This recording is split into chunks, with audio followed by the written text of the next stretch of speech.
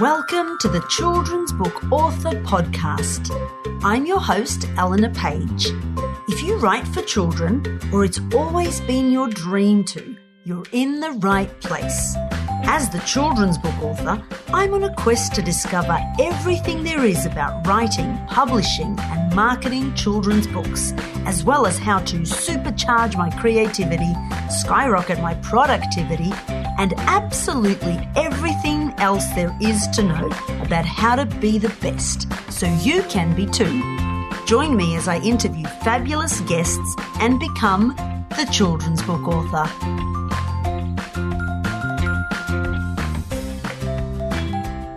Welcome back to the Children's Book Author Podcast, and I am thrilled to have today's guest on.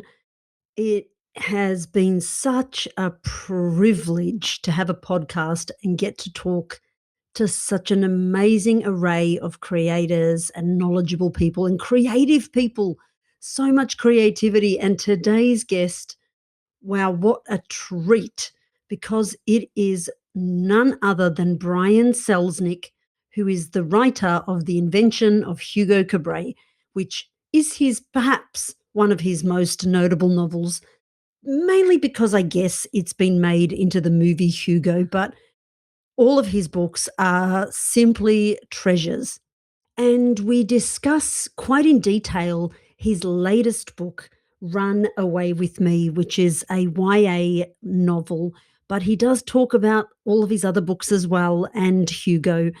And gosh, I think the only thing I regret not getting to ask him was how long does it take to do one of those illustrations? Because I often, with his books, will have the book open to a particular illustration and just sit and look at it for ages and ages because the artistry blows my mind, let alone the words and the story. And what a master, and what an absolute joy it was interviewing him. So down to earth. We had such a deep and awesome conversation, and I think you're going to absolutely love it. No matter what you write, even if you're a picture book writer, you will learn so much from listening to how someone with so much ability to create an experience, not just a story, but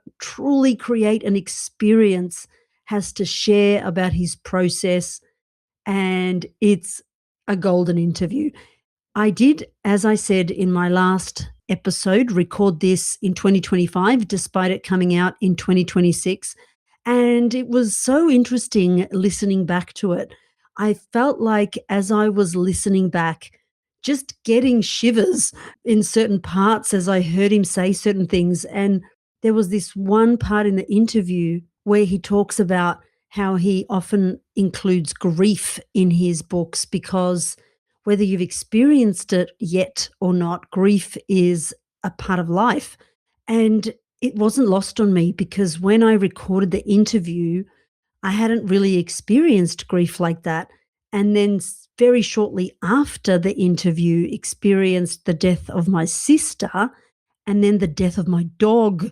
And so then editing the podcast now in August of 2026, I wondered if I had sort of put off editing it because we touched on things that almost then came to life in my own life.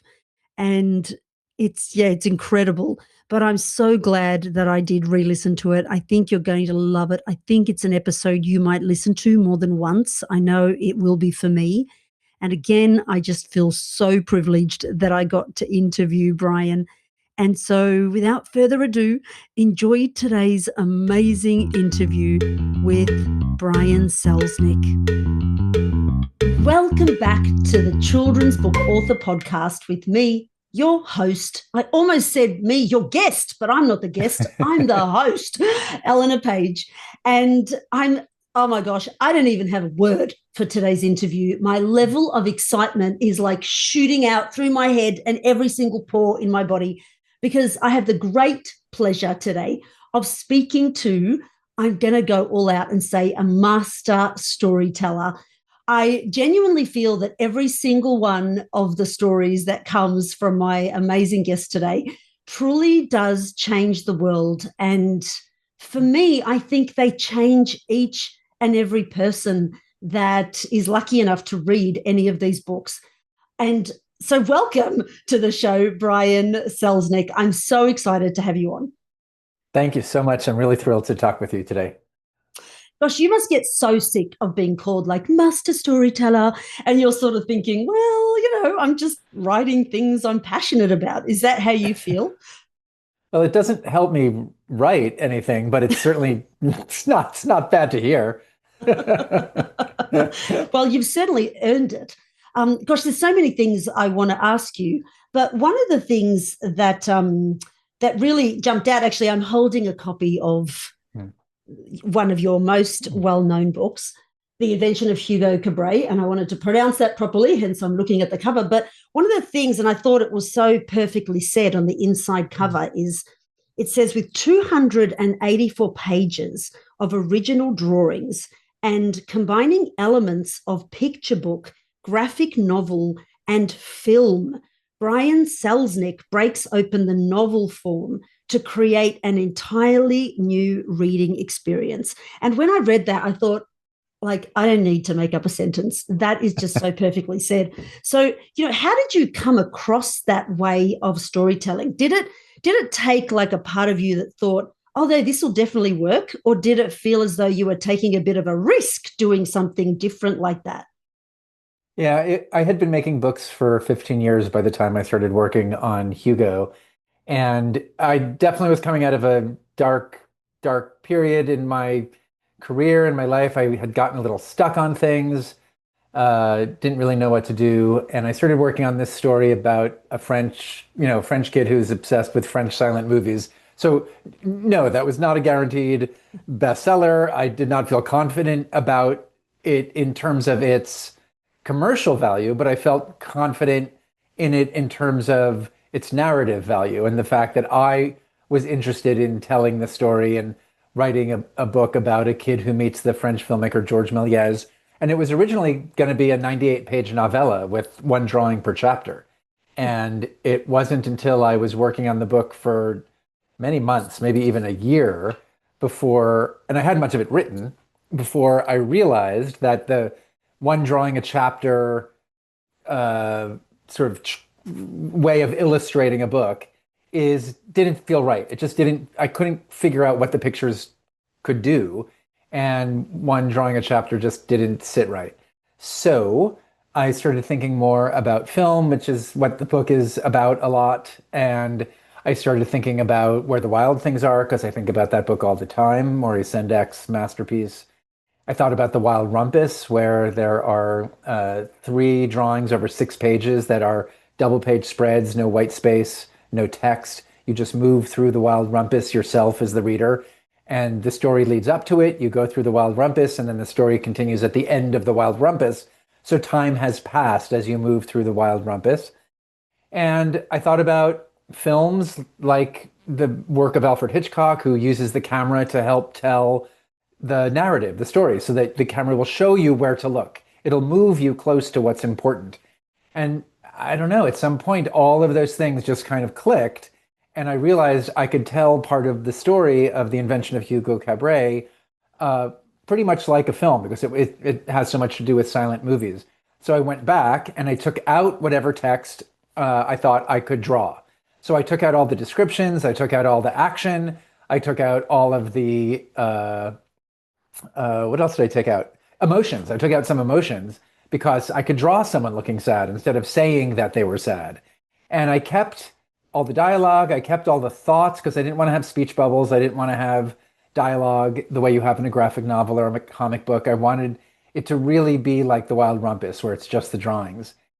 And so by the time I had taken out the text and replaced it with picture sequences, which would tell the story and move things in for close-ups. Like sometimes I've removed a sentence like Hugo ran down the hall. That's one sentence on on a page with hundreds of words. But in order to draw Hugo ran down the hallway, I could draw one picture of Hugo in the position of running, but running is a verb. And so in order to actually show the movement, I thought I could show him far away. Then you turn the page and he's closer. Then you turn the page and he's closer. And then you turn the page and he's closer. I just described four drawings. That's eight full pages to replace the single line Hugo ran down the hall, which is 5 words. So it went from being a 98-page novella to being almost 600 pages. And Tracy Mack, my editor at Scholastic, was completely behind the idea and was very supportive and encouraged me to just keep taking out as much text as I could. Wow, there was a couple of sentences you said there that really popped at me. One of them was, what do the illustrations actually do? And I think it's such a really smart question because a lot of the time I see people making books and they just sort of put them in there to kind of add to the story or sort of repeat what the story's doing. But it is absolutely so true that as you read through it, and feel through it, I'm going to say that it is like I linger on illustrations for way longer than I linger on them, even in picture books, if I'm honest. I sort of almost feel the emotion. And that was my second thing that popped at me when you said you took out the emotion and you put it in the illustration. Like, oh my gosh, like that is exactly the experience I have as I'm reading it. So that is all done on purpose. Ah!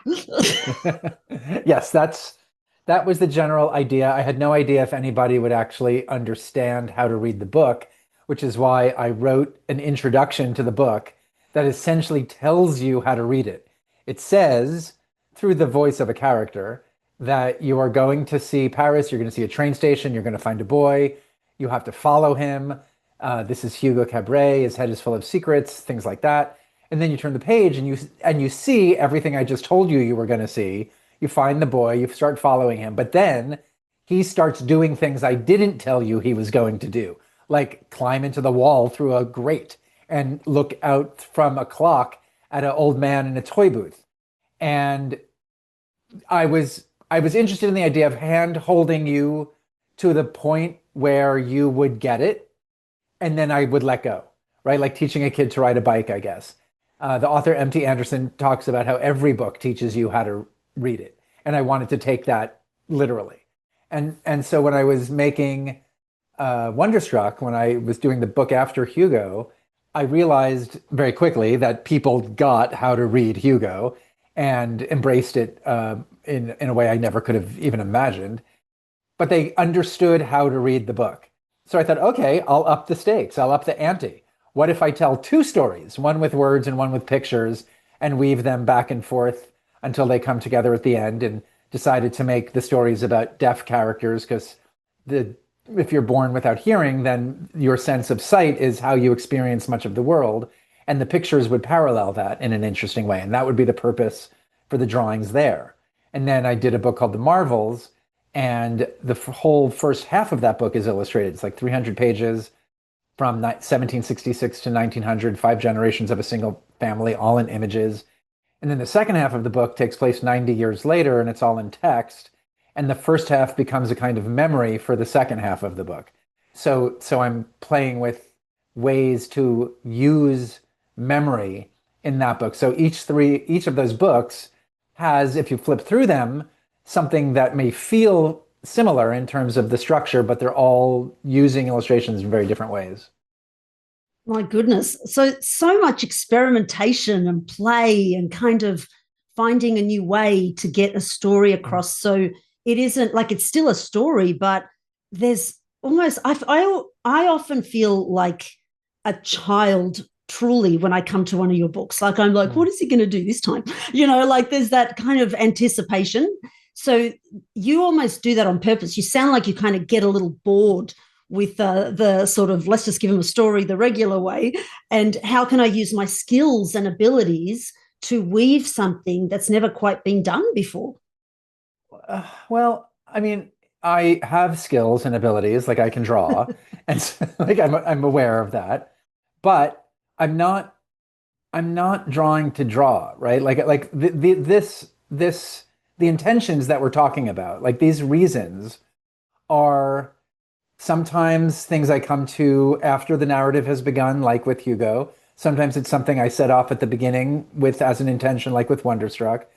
But it's always in service to the story that's being told. Mm. That's what's interesting to me.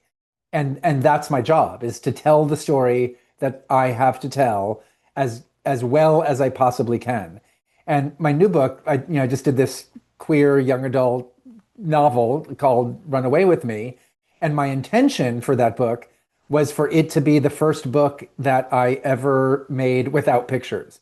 I very, very much wanted it to be just text, which for me would be pretty radical. But my my I love that. my editor, David Levithan, felt strongly that we might be able to find a way to use pictures and to find a reason, and ultimately we did. But it always goes back to telling the story. So let's talk about your latest book. It's actually a young adult, which is a little bit different for you. Did you find that more of a challenge? Because again, and I'm sorry for all the praise, it sounds like I'm such a big sucker. But one of the things that really stands out is your ability to truly get into your characters. Like your characters are real people. I actually completely forget I'm reading a made up story at every single moment in time. These people are completely real. So, now you're writing a young adult. You've already nailed that one anyhow. But, was it different getting into the minds of 16-year-olds and how they would be feeling at that age and stage of their lives? And also, it's set in 1986, is that right? So I know you were alive during that era, but you had to go back and imagine what it would be like during that era for your 16-year-old characters. Yeah, my first book came out about 30 some odd years ago called The Houdini Box, and the character in that book was 10. And then about 15 years later, Hugo was about 12, 13. And then with the Wonderstruck and the Marvels, the kids were about 13 or so. So I've very slowly been growing up, I suppose, in certain ways with my characters. And I didn't set out to write a young adult novel, but I happened to find myself in Rome during the pandemic in this very unusual, really extraordinary situation and began to imagine two boys falling in love in this city. And because it was the pandemic and the city was shut down, there were no tourists, no Italians were going out. So the city was empty and beautiful and strange. And I would go to the Sistine Chapel once a week and was often the only person in the room besides the guard. And and so that was a very powerful experience. And very often when I begin a book, I will know the city in which the story takes place, because that's usually the main inspiration. Often there's a specific house or a place, and perhaps an anecdote I've heard. And then I have a sense of the genders of the main characters and their ages, but I can't see them. I don't know anything about them. I don't know their names, but I see if I was to describe it visually, like a silhouette. And I saw these two 16-year-old boys who were silhouettes I didn't know if they, in Rome. I didn't know if they were Italian. I didn't know if they were American. And it wasn't until I got back to America and was here for about a year and a half before I really started writing it. So the process in many ways was the same as all my other books. I'm very plot driven. I think of the things I want to have happen first, generally. And then I have these silhouettes, and so I have to make them into people who can make those things happen. So it's actually very, very mechanical. And it's often not till the end of the process, the end of the writing, that I figure out the emotion that drives the characters that makes the plot happen. So it's a backwards way of working that for a very long time made me feel bad and made me think I was not a good writer because I wasn't writing in a way that made any actual sense. I eventually figured out that that's how I work and I need to just accept it. And it's not helpful as a lesson to anybody else because it doesn't make any sense other than the fact that I can say, I learned there is no right way to write. You can write however you write. And eventually, figured out who these boys were, decided, and it's a figured out and decided are often go hand in hand, right? Sometimes you feel like you're being given an answer. Sometimes you're feeling like you're chiseling something out of rocks. But one boy became American, one boy became Italian. Um, the plot began to fall into place based on my favorite uh, places that I had been to in Rome.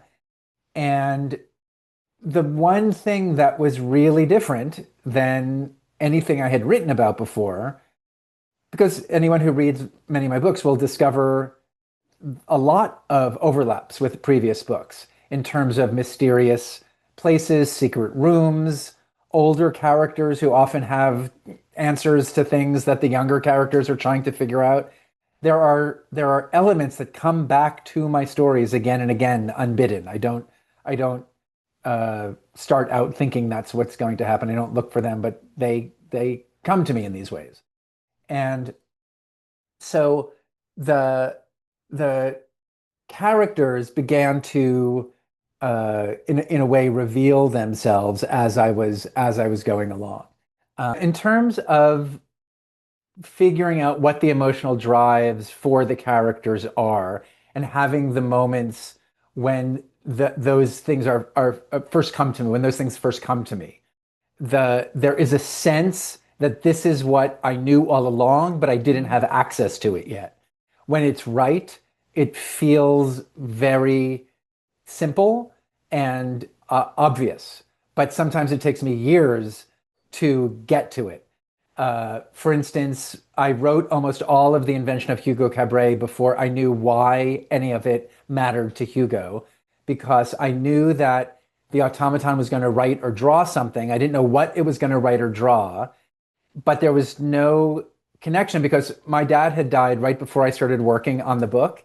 And the one thing I knew when I started was I did not want Hugo's father to die because I just thought at the time I didn't want him to deal with it, although obviously it was perhaps I didn't want me to deal with it. And I made the dad the bad guy for a while. I made the dad a drunk. I made the dad a lot of things so that he didn't have to die. Because I did have to move him out of the way because Hugo, as the main character, needed to drive things. So I kept thinking of all these different ways I could move the dad aside. And I remember the day when I had nearly finished the narrative and felt like there was this big black hole in the center of it that Hugo's dad needed to die. And I, I don't know, like it was a strange moment. I mean, it was a great moment. It was a sad moment, but the entire story fell into place. I knew exactly what the automaton was going to draw. I knew why. I knew how the father was going to die. It all, and then what that was going to do to Hugo. And so now, when you read the book, it's the central thing that drives the plot, and that's what I was getting at earlier. It comes backwards to me, and very often, I think I'm making things up, and it turns out that I'm making a self-portrait. So I did a book called Big Tree previously about two sycamore seeds who are trying to save the world at the end of the Cretaceous era, right before the asteroid hits the planet and destroys most of life on Earth. And the two sycamore seeds are siblings, Merwin and Louise. And Merwin is very uptight and rigid and has to follow the rules. And Louise is very dreamy and poetic. And their clash kills Louise, or at least we think Louise has died at one point because of Merwin's stubbornness.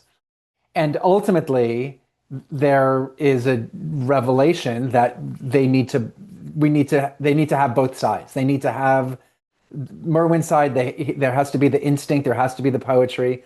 And that one, it wasn't until I finished the book that I realized that that was just my brain. And that my rigid, the rigid side of my brain that thinks it knows what's right all the time, that demands certain, just a kind of rigidity, is in a constant battle with the side of me that is poetic and has instincts and believes in art and believes in something bigger and more beautiful that you can tap into, that I can tap into, that I do tap into. And, and then in Run Away with Me, as I was developing the two boys, I consciously decided to give one of them an operation that I had had on my chest when I was 10, and asthma, which I had very badly as a kid and still have a bit. So those were, again, that was another conscious thing.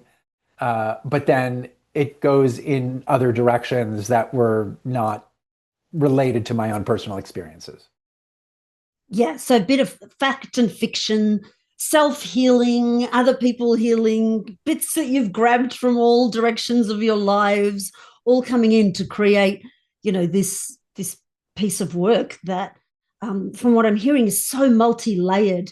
And I do have that theory that all good things are actually, layered and layered and layered and layered. It's Mhm. never sort of just pours itself out on the first run, or Mhm. even if you did write a book and it poured itself out and then the editor works to improve it. I don't know, it still lacks something for me because I'm self-published, so I see a lot of Mhm. self-published people kind of pour it out, improve it once, spit it out, and I think that's great. I often do that myself, but you can definitely Mhm. tell with your stories that you've layered and layered. And then, I noticed as I listed out the things you'd written that there was like a 2-3 year gap between, Mhm. most of your books. So you do spend that time, is that correct, to Yes. really let them land? And then when they land, from what I heard, there's a feeling in you that says, this has landed. This is actually where it needs to be. I know it's good enough to go out. Yeah, I used to feel bad that I only got one idea every 3 to 5 years until I finally realized it takes me 3 to 5 years to make one of those ideas happen. So I'm getting the amount of ideas that I generally need. And it's a funny process. One thing I'll say is that I used to describe my process almost completely in terms of pain. That it like when people ask me, and I love talking about process, I could talk about it, all day. And I don't mind talking about pain, but it was always, oh my gosh, it's so hard. I spend so much time struggling. I feel bad about myself all the time. And then every now and then, like I get another thought or a moment, like the next moment, I figure out an element of the character, but then I'm plunged back into despair because I don't know what happens. And sometimes a week goes by or weeks go by. But then at the end, it all comes together and I have a book. And after the pandemic, I realized, I don't know, I just hit a point where I was tired of feeling bad all the time. And at least there's enough things in the world that are bad. And one of the things I felt like I didn't need to do was make myself feel more bad than I needed to. So I was like, okay, what percentage of badness can I control in my own mind? So I figured out a way, and it was basically inspired by an artist who I met just as the pandemic was ending. I went to a gallery, the first gallery opening I went to. We were all masked, and I met this woman, and I said, "How are you?" And she said, "I'm great." And I was like, "Who says that?" I was like, I was like, "What? What do you mean?" And she said, "Well, I have this beautiful studio, and I like what I do, and I used to feel bad at going to work every day and worried." And one day I just walked in and I looked around and everything was beautiful. And I thought, you know what? I'm just going to enjoy myself and feel good and change the way I think about things. And she said I did. And so I looked at her and I said, I'm going to do that. And it's it's a bit of a Jedi mind trick, right? Like like things, I can't say things actually changed, but by telling the story differently, I think I can say I feel differently. And the way I tell the story now is I love what I do. I have these incredible moments where I have an idea that is really thrilling to me. And I'm very happy that I get the chance to like make this my living, right? That's part of it. And I have these long periods where I don't know what's going to happen next, and I get scared and I get nervous, and sometimes I feel bad about myself. But another good idea comes or another moment is solved. And then after 3 to 5 years, I have what turns out to be the book I was trying to make that whole time that I didn't know. So it's the same story. It also acknowledges the difficulty and the pain because it's part of it. It's not ignoring it. But it's like looking at it from the other end of the telescope. And so when I'm in those parts of the process, when I am feeling bad and I am worried, I am at least able to say to myself, Brian, this is, this is part of how you work. So go read a book or go for a walk or go to the gym or yoga or whatever it is. Just let yourself have a break. And right. And because, like, I think probably everyone listening understands that a lot of what we do happens when we're not thinking. And the ability to let ourselves not think, or the chance to let ourselves not think, is really hard because the subconscious work has to be given space. And I, yeah, it's just something I continue to struggle with, is how to put the Merwin side of my brain aside so the Louise side can come up. Because Louise also actually works faster, but because she doesn't get the chance to be listened to, it often feels like it takes longer if I'm not giving her space. Oh, that makes so much sense. Like every word I need to print out and put. No, a sticky note will not suffice. It will have to be like pages of an essay, all plastered on the back wall, because, like every word you said, I think will speak to the heart of every single creative. Those moments where, yeah, it is such a painful thing. Like I know my kids were really young when I started writing, and they would watch me be tormented, and but they'd be like, "But mummy, you love to write," and I'd be like, "But do I?" They're like, "Yeah, because when you come out of the room, you're really happy afterwards." Right? But it's that, I think you nailed it. It's that anxiety of wondering if we're going to bring in all the pieces that we want from all the different aspects of our brain. And I love the way you said, if you just stay out of the way, like she's got this. She actually works Mhm. fast and nails it. But you interfere. Um, I don't know if you know this. In my other life, I was a psychologist, and one of the biggest breakthroughs in psychology, actually, which for me changed everything, was this knowledge of you can actually have different parts of yourself, which I've heard you refer to, over and over, and that these parts don't have to fight for who's in charge, but can actually coexist. Like meeting that artist and her being like, actually, I'm going to actually feel that this is great. And there's the other part of you that goes, this is also going to really hurt. And that they can actually be there at the same time, and you don't have to pick to be one or the other, is, I think, like really, I don't know, it's magical, actually. I think it's being human, funnily enough. Yeah, I mean, my stories keep, I was talking a little bit about the elements of my narratives that reappear again and again. And the premise of having a young kid, usually a boy, who needs something or wants something that an older figure, usually a man, is able ultimately to answer, but seems to keep the secrets from because of their own personal trauma or their own personal life. So what keeps happening in my stories, it happened in Hugo, it happens in Wonderstruck in a way, it definitely happens in the Marvels. It even happened in my first book, The Houdini Box, which was a 48-page long book about a kid who's obsessed with Houdini, is that the old man has all the answers that the younger kid wants or needs, but it turns out the younger kid has answers that the older person needs. That once again, it turns out that they need each other and they often save each other. I mean, that's not exactly what happened in the Houdini box because Houdini dies during the course of the story, and I often am writing about grief and death, and my very often the older characters will die and the younger character will have to deal with that grief as part of their story. But grief is part of my story. Grief is part of most people's stories, and if it's not part of your story, it will be. And that is something I think I just feel drawn to writing about again and again, Mm. and to draw about again and again. And that, yeah, so I think those elements uh, keep coming back for a reason.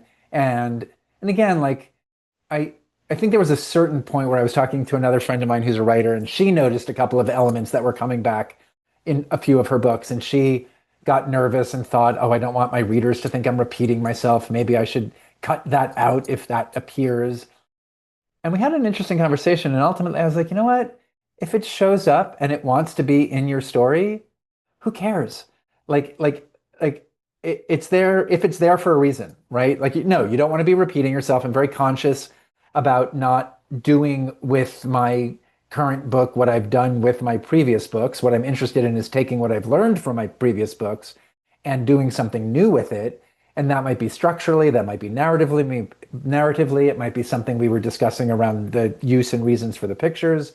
But if I if I'm writing a story and there's another moment where I realize that these characters need to have a secret room, or there's an old like or a fire, or any of the or a shipwreck, like there are certain things that reappear again and again in my stories, and if they come back, I'm like, all right, here it is. It's going to be different than it was in the previous, but they're related. I don't know. I guess it's a way of ultimately thinking about all of your work as a single work, right? It's all one. If what we're making over the course of our lives is one piece of work, then maybe that is an interesting way to, look at the way in which those elements repeat and think about why. And either it'll be up to us to figure out why ultimately, or maybe more reasonably, it'll be up to our readers to decide what it means. Agreed. Yeah, let's let the readers work that one out. We have to have a bit of mystery. But yeah, it's so true. And a very well known Australian author, Michael Wagner, taught me that. And it was an amazing lesson. Exactly what you're talking about, what it took you a lifetime to figure out. He said, notice the themes or the things that keep repeating themselves. And actually, they're your writer DNA. Don't try to, get away from it. Because I noticed, for example, like when I was younger, I used to say, what author would write about time travel? You'd have to be crazy to do that because you're always going to get it wrong. And so I start writing and I'm like, why is there time travel in all of my books? Right? It's like, and all my books take place in like either a day or a week. So, these little things like what you're talking about, what I'm talking about, for each of us, I think there's a reason that happens. And I think to let that reason play out, because I think it does sort of, like you said, one piece of work in some ways over our entire lifetime is kind of a beautiful thing.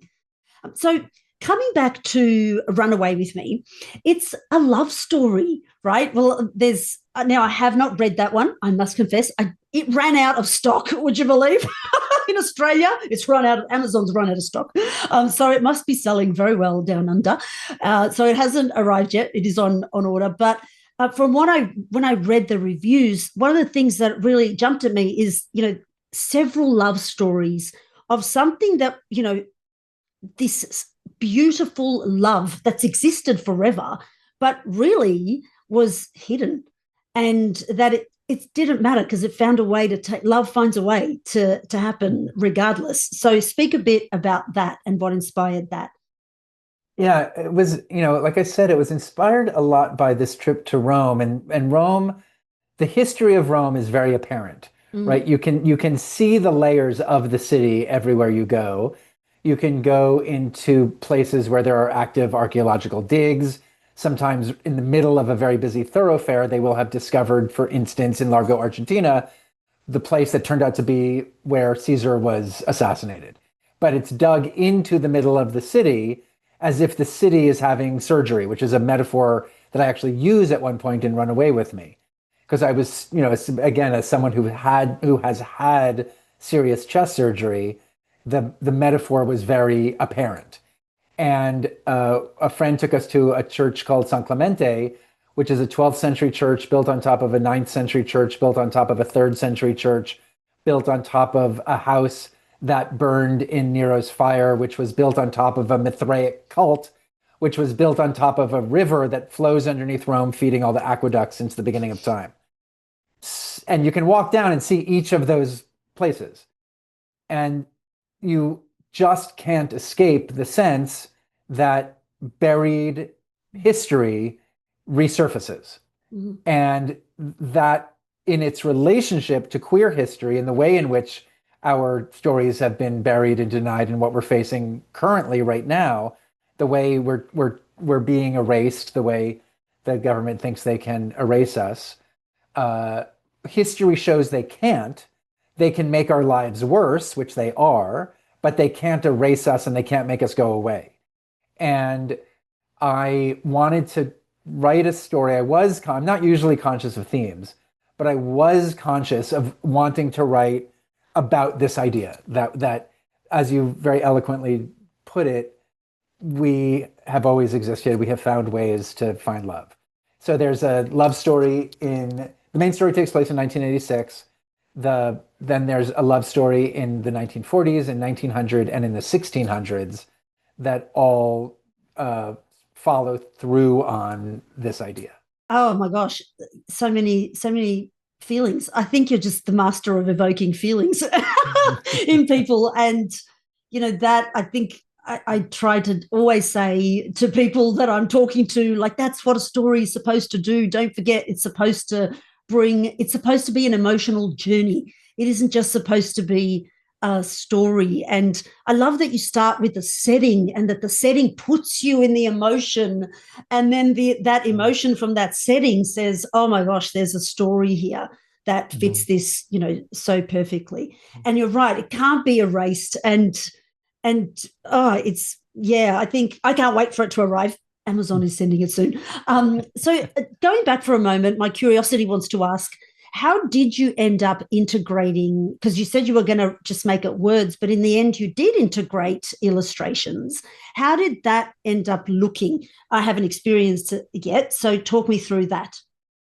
Good. I'm actually really glad you haven't seen it yet because I can give you some instructions. Good. And for any listeners who haven't read it yet, they can also hopefully follow my simple instructions. The the book opens with a walk through Rome, an empty version of Rome that is very much like the empty city that I experienced during the pandemic. But this is not a pandemic book. It takes place in 1986, which is actually the beginning of a different pandemic, right? It's the beginning of the AIDS crisis. And I lived through that. I experienced it. And for a lot of people who experienced that, COVID brought back a lot of very difficult memories. And the sense of walking through the city, and when you see the opening, it does seem to be almost an entirely empty Rome. But you will begin to notice a shadow ahead of you, and you'll realize you're following someone through the city. And then it's not too much of a spoiler alert to say, or too much of a spoiler to say, that that opening sequence, which ends in a flood, the city flooding, turns out to be a dream that the main character wakes up from in the first chapter. And so the first line of text is, I woke up in the church to the sound of rain. So what's happened is you have just experienced the dream of the main character, putting you inside their first person perspective quite deeply. And you've been on a walking tour of Rome. And of course, all of the places I took you are the places the boys are going to go over the course of the book. So when you get with the boys to the elephant obelisk, the Pantheon with the dome and the hole in the ceiling, the oculus, or some of the other statuary or fountains, you will have a memory of having been there already. And of course, you can always flip back to the drawings if you want, but I'm giving everyone who opens the book a shared memory of moving through the city.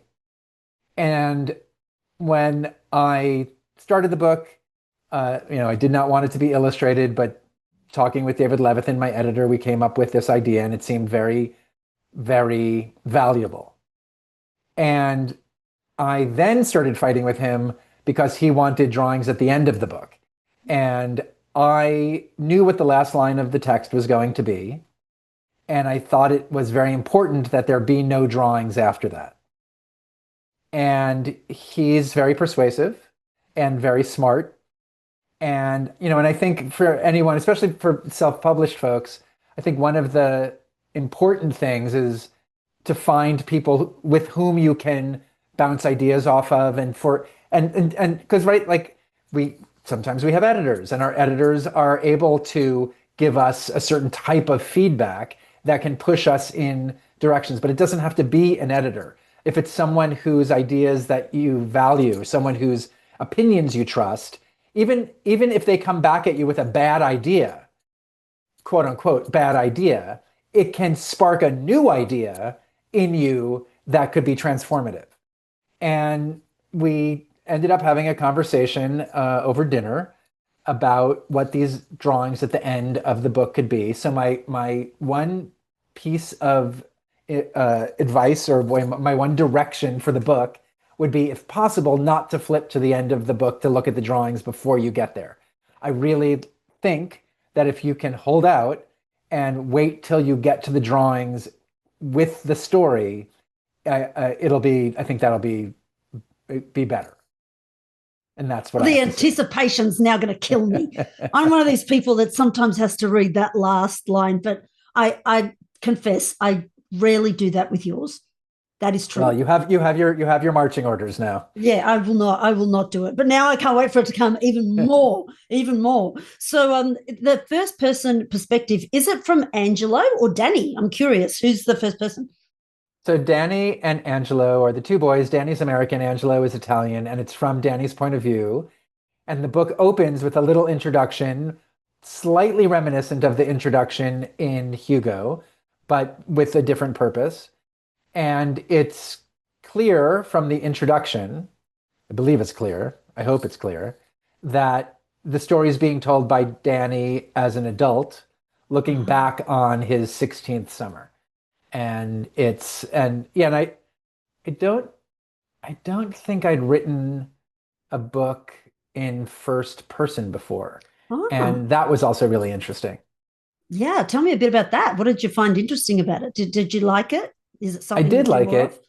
Yeah, I did like it, and I am doing more of it. And I think maybe it was because I was writing a love story, and the first time I fell in love, I was 30. So I was almost twice as old as the characters in the book.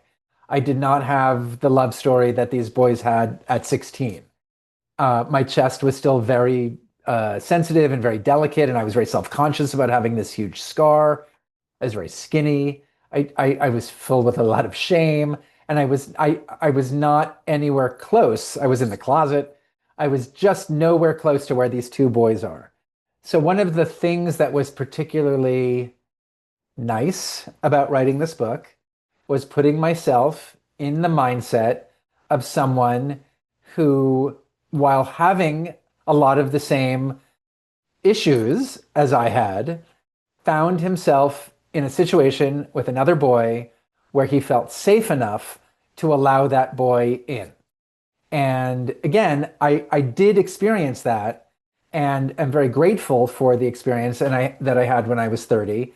And on my tour, I just finished a tour for the book, and I was talking about the idea that I believe that even though I didn't experience this till I was 30, the feelings I was having, the sense of trust and love and risk that I was feeling, I believed could track onto the love that you might feel if you're a person who's around that age falling in love, and you are falling in love for the first time.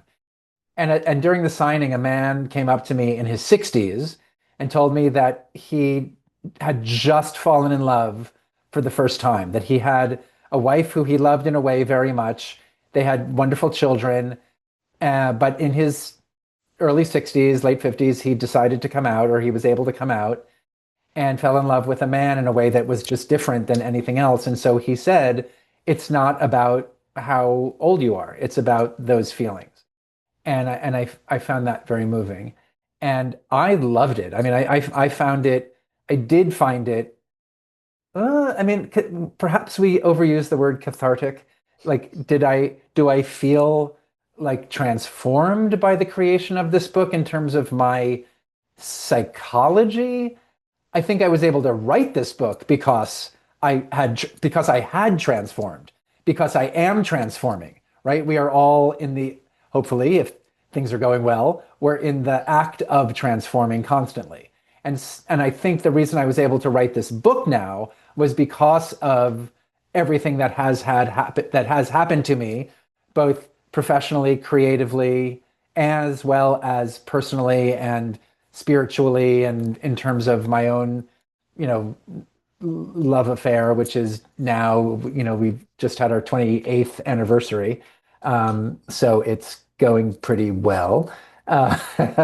And it's all of those things, I think, that made the book possible, but it was extremely uh, pleasing, challenging and pleasing to write the book in a lot of ways.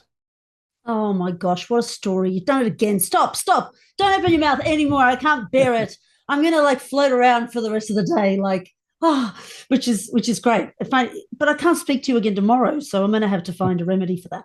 In any case, like it spoke to me on so many levels what you just said. And look, you're 4 years up on me. I just had 24 years wedding anniversary. So congrats, 28. Congratulations.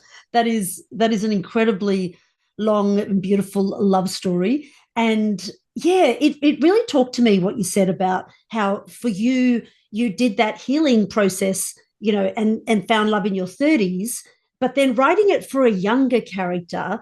And, correct me if I'm wrong, but for me, that feels like you're almost saying, it took me this long to do it. You don't have to wait that long. You can actually find love at any age, if you're brave enough to work through those elements. And obviously Mhm. in your story, if you're lucky enough to trust somebody who Mhm. can actually help you to work through those parts of your own self, which I think, lucky 16-year-olds that pick up that book and get that early. I'm a bit the same. I'm obsessed with middle-aged woman, obsessed with self-love.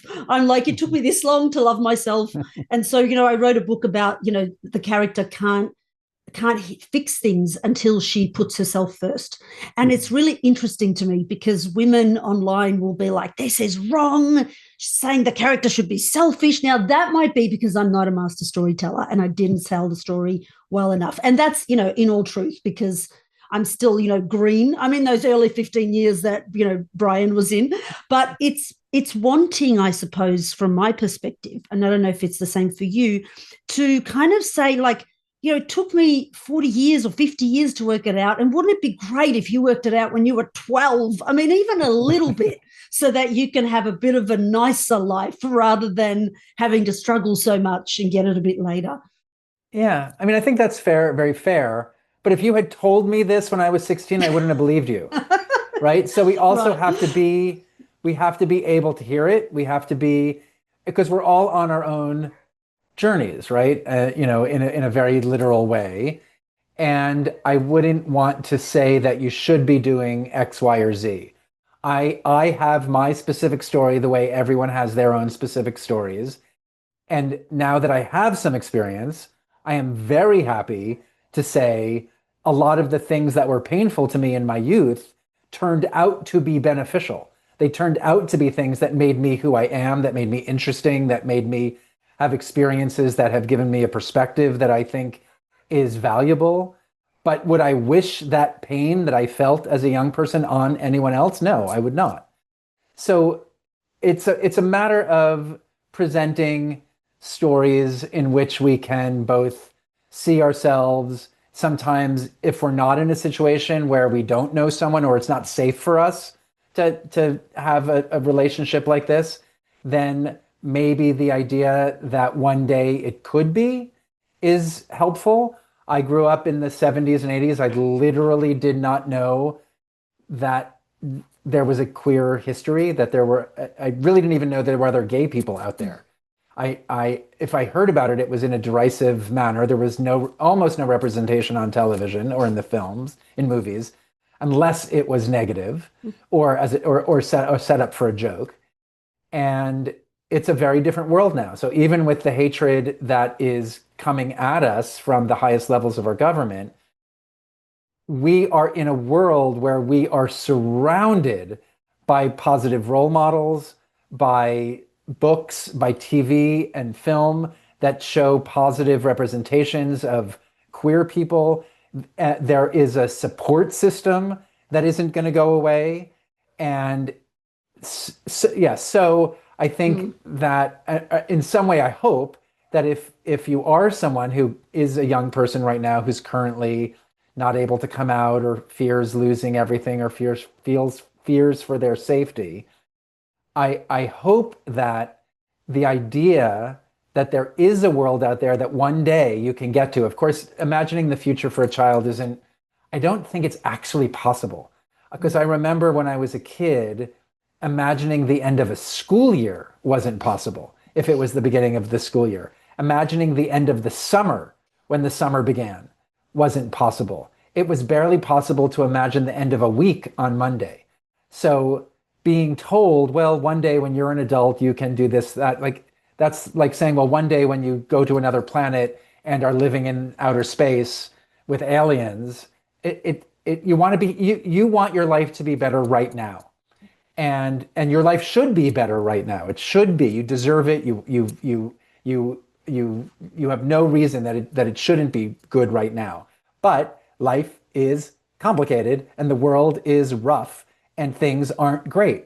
And so there is going to, and plus there's going to be a version of this for everyone at some point where you're going to, want to do something you can't do or want to be something that you can't be yet. So I hope that if the idea of the book or if the story is able to trickle down in some way to young people who are in places where they feel stuck, that I don't know, maybe even if there's a little glimmer of an idea that there's a world out there that you can get to eventually, or there are other people like you, that if that could help in some way, great. That's how I feel, and it's definitely not something I had, and I got through it, right? Like Mm. we all got we most a lot of older queer people grew up in a world where there was zero, like me, zero support and representation, and we survived, Mm. and you can too. Yeah, well said, well said. And I love it because as you were talking, I had that image of exactly what you said you do in your books, like the old mentor and the young person, and will they Mhm. take it on, but will they give them everything? And it's almost like you're kind of being a bit of that in your Mhm. storytelling now to the younger generation, which is comes full circle, really. Yeah, I wrote the Houdini box when I was 18 as a freshman in college as part of an assignment. And it turns out that, yeah, that theme of the younger boy and the mysterious older figure who has some kind of answer uh, is the story that I tell. And I guess, whether I was 18 writing that story, I'm 58 now, writing the stories I'm writing now. I was in my 40s when I wrote Hugo, Wonderstruck, and The Marvels. That was essentially what I was doing during my 40s, was making those three books. And and I guess there's also an argument that they're all just, once again, me, the Yeah, for kid, sure. the old, the old, Yeah. the angry old man, and, and the like hopeful kid. Like And the hopeful they're all kid, yeah. me. I love it. Okay, a few more questions because I know we're running out of time, but I cannot let you go without asking a few more things. One is, did you get to meet Sir Ben Kingsley? Oh, I did. I did indeed. Sir Ben, who played George Méliès in Hugo, in the movie based on the invention of Hugo Cabret, it was a really extraordinary. I mean, the whole experience of having that movie made was extraordinary.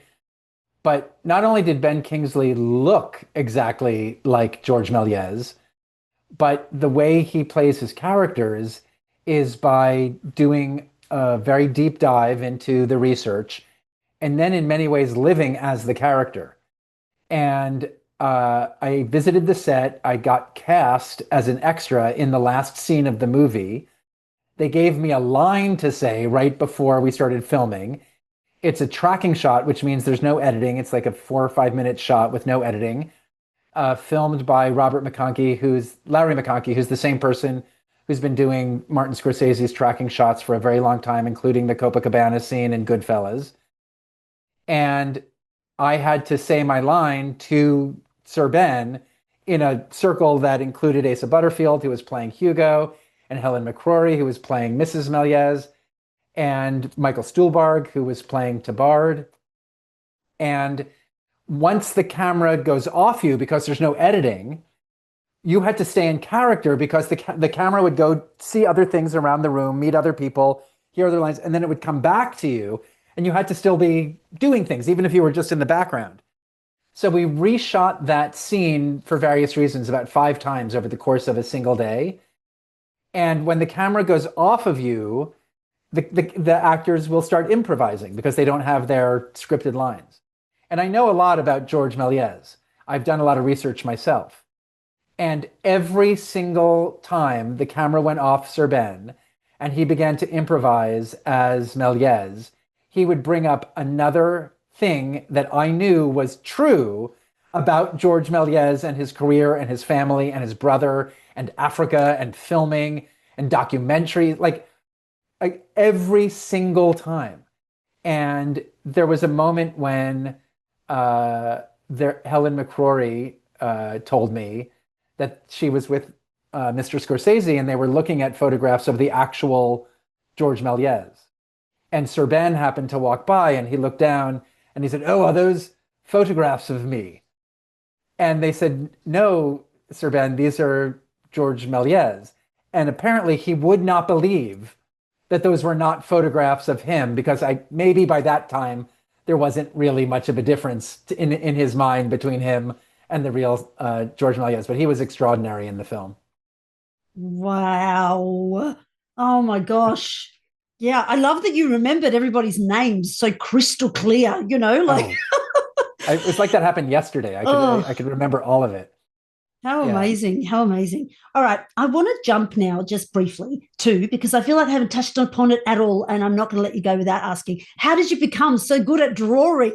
I mean, like what do I have to say about this? I mean, is it all with a pencil? Is it all like, how are you doing this? How did you do that? How did you get there? Practice, practice, practice. It's like getting to Carnegie So Hall. It's like getting to every artist Carnegie says.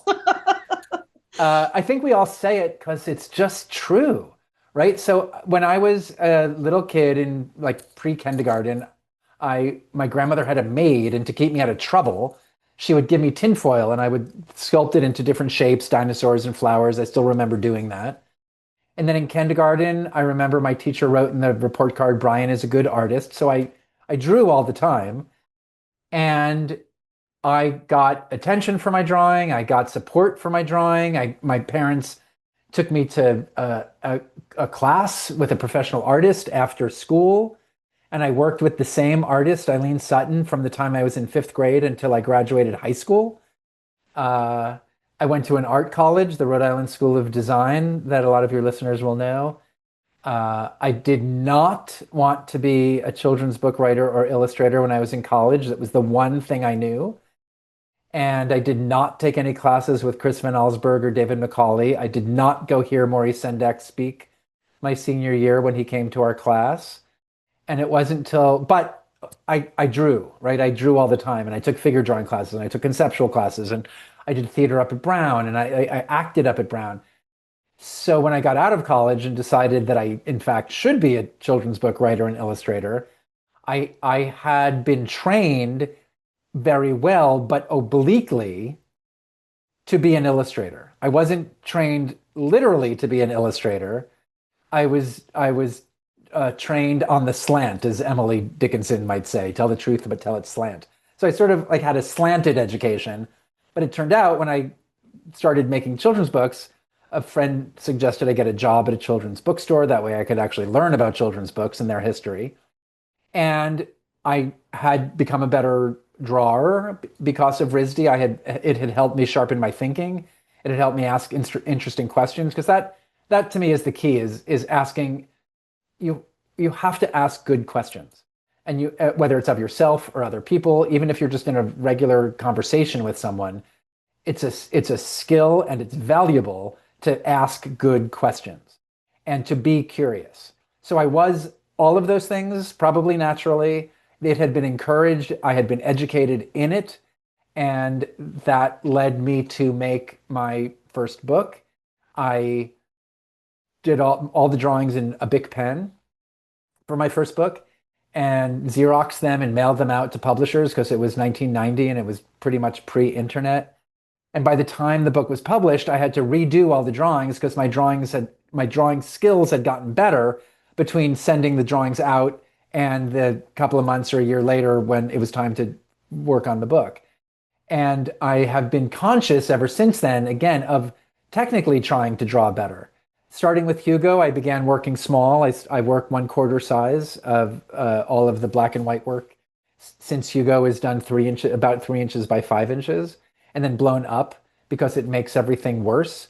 And it magnifies the mistakes. It magnifies the hand-drawn quality, which I like, especially in a world of, computer-generated art and AI now. I like the idea that it's magnified and made more clear that it's hand-done work. And I'm still very conscious of the fact that I don't draw the way I can in my head. And I'm much, much better in my head. And I came to realize, I've been saying that I think my style, and I think this might be true for some other people, is the gap between what I think I can do and what I'm able to do. And that just is how my work comes out.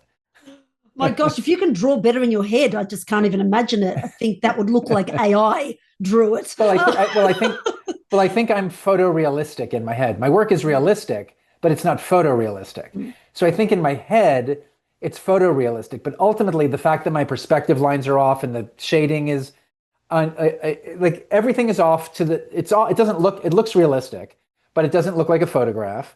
And I think that's because my perspective lines are off and the shapes are off, but they're all off in the same percentage. So it feels, I create a believable world, which I think is what we're trying to do when we're writing. We're trying to create a believable world, whether it's actually our world or whether it's a fantasy or a science fiction story, whatever it is, you have to create and you have to set up the rules of that world and then you have to stick to them.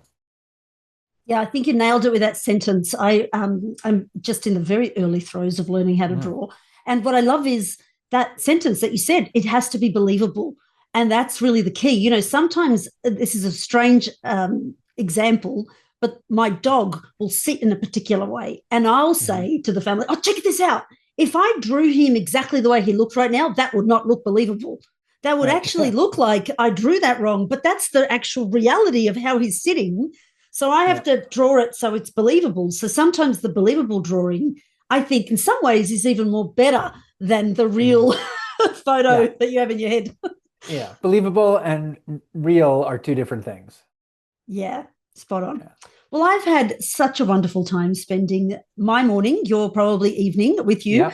And I hope I asked some decent questions. I hope the people listening really just feel like they know you and that they're encouraged to go write their own things. Well, I personally am going to have a special Brian shelf on my bookshelf now with every single one of them.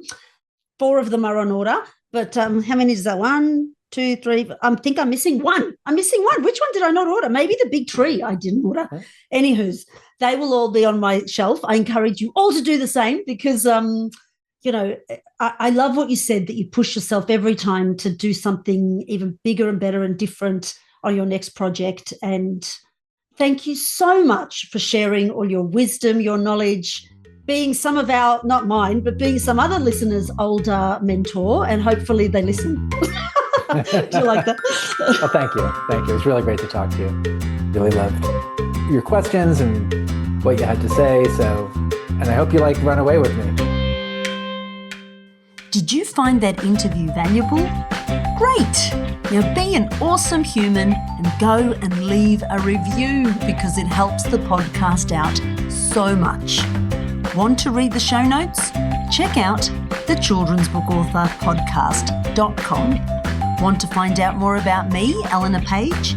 Find me at eleanorpage.com or come and say hello on social at Eleanor Page Books.